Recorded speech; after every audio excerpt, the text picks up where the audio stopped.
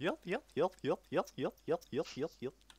Yup, yup, yup, yup, yup, yup, yup. Oh, hello. Welcome to the Hi. daily Valkyria Chronicles news. Yes.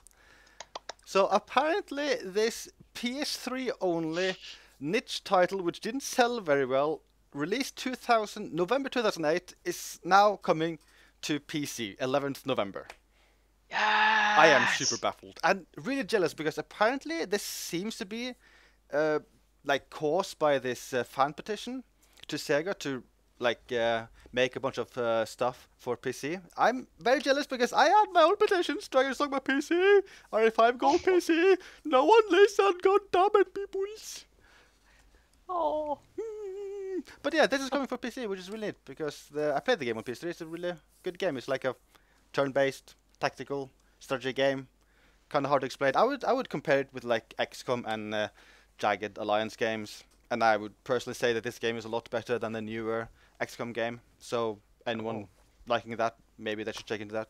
I mean this, maybe. I don't Yeah, know. I actually got pretty far into this game. I didn't finish it, but I got like 10 missions in, and for like a tactics game, that's an achievement for me because I suck at those games. I guess it's also worth mentioning this game is kind of hard,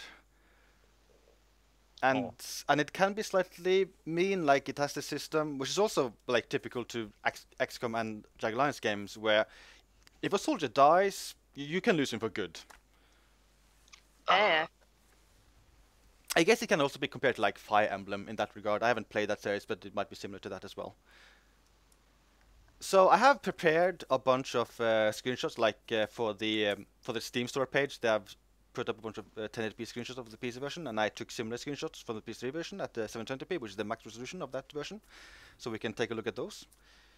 So and also I should probably mention this out of the way. Like it'll cost $20 on PC, and that'll include all the DLC. I think that's a pretty good price for this game. Yeah.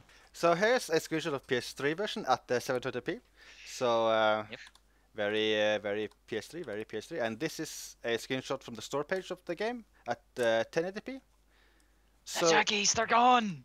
it looks a lot cleaner. Like the assets are definitely, for the most part, identical, but it looks cleaner, and it still has a very soft look. But I think that's very, very intentional because of the game's art style. It has a very special art style. It could also be like maybe one of the graphic options will be like a passive FXAA or something that could be blurring the image slightly, perhaps. Maybe. I think a big difference is probably um, Alicia's hair. It Yeah. I mean it has a lot of clipping in the PS3 version. I don't know if that is something they're like fixing or if it's just like a coincidence that it looks different there. Also, I just want to point out, I mean, it's obvious why it is, but I just find it so weird to see Xbox controller problems for this game. Yeah, that is unusual because this is a like this was a PS3 only game, so yeah, that is weird to see. And another comparison, PS3 and then PC, like very similar to the last comparison. Like it just looks a lot cleaner on the PC version at 1080p. And I imagine like it is. I should mention the game supports even higher resolution, so you could go even more crazy with it.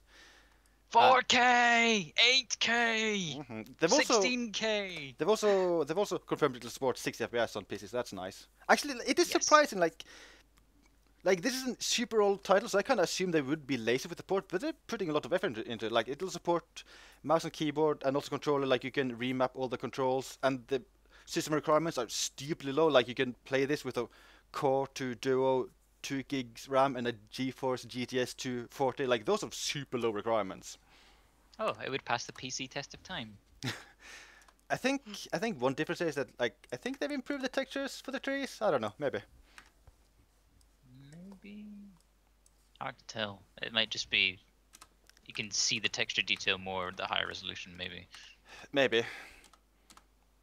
And another comparison. Welkin, like everything about his face looks a lot cleaner and nicer on the PC version.